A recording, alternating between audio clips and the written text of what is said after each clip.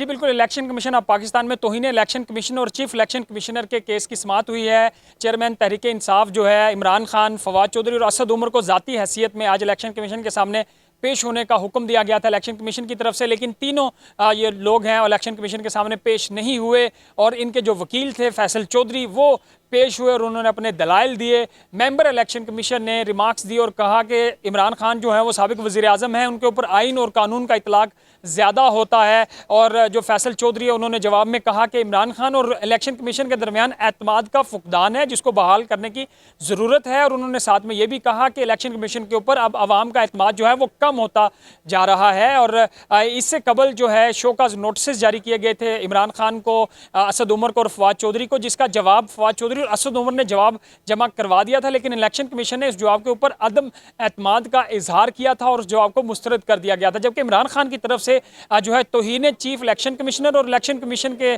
Show cause notice का जवाब जमा नहीं करवाया गया था और जिसके ऊपर एतराज़ात थे इलेक्शन कमीशन को। और इससे पहले भी इमरान खान तहफ़्फ़ुज़ात का इजहार करते रहे हैं इलेक्शन कमीशन के ऊपर, चीफ इलेक्शन कमिश्नर के ऊपर, और उसके ऊपर ये तौहीन चीफ इलेक्शन कमीशन और तौहीन इलेक्शन कमिश्नर जो है वो उसके केस की समाअत हुई है। और अब उन्होंने दरख्वास्त भी की तहरीक इंसाफ के रहनुमाओं की तरफ से, उनके वकील की तरफ से, कि इसमें मजीद हाजिरी से इस्तिस्ना की जो दरख्वास्त है वो एक्सेप्ट की जाए। तो अब इलेक्शन कमीशन ने इमरान खान को, फवाद चौधरी को और असद उमर को दोबारा 11 अक्टूबर को पेश होने का हुक्म दिया है ज़ाती हैसियत में। इससे पहले आज भी उनको बुलाया गया था, उनको तलब किया गया था, ज़ाती हैसियत में पेश होने का हुक्म दिया गया था, लेकिन ये तीनों रहनुमा पेश नहीं हुए थे। और इमरान खान जलसों में और वैसे भी तहरीक इंसाफ की जो क़यादत है, मकामी क़यादत है, वो इलेक्शन कमीशन के ऊपर और चीफ इलेक्शन कमिश्नर के ऊपर तहफ़्फ़ुज़ात का इजहार कर रही है। गुज़श्ता रोज़ भी ऑडियो लीक्स के ऊपर भी इमरान खान ने जो चीफ इलेक्शन कमिश्नर थे उनके बारे में कहा था कि जो उनकी जानबदारी है वो खुल के सामने आ गई है। तो इस सूरत हाल में अब देखना होगा कि 11 अक्टूबर को, 11 तारीख को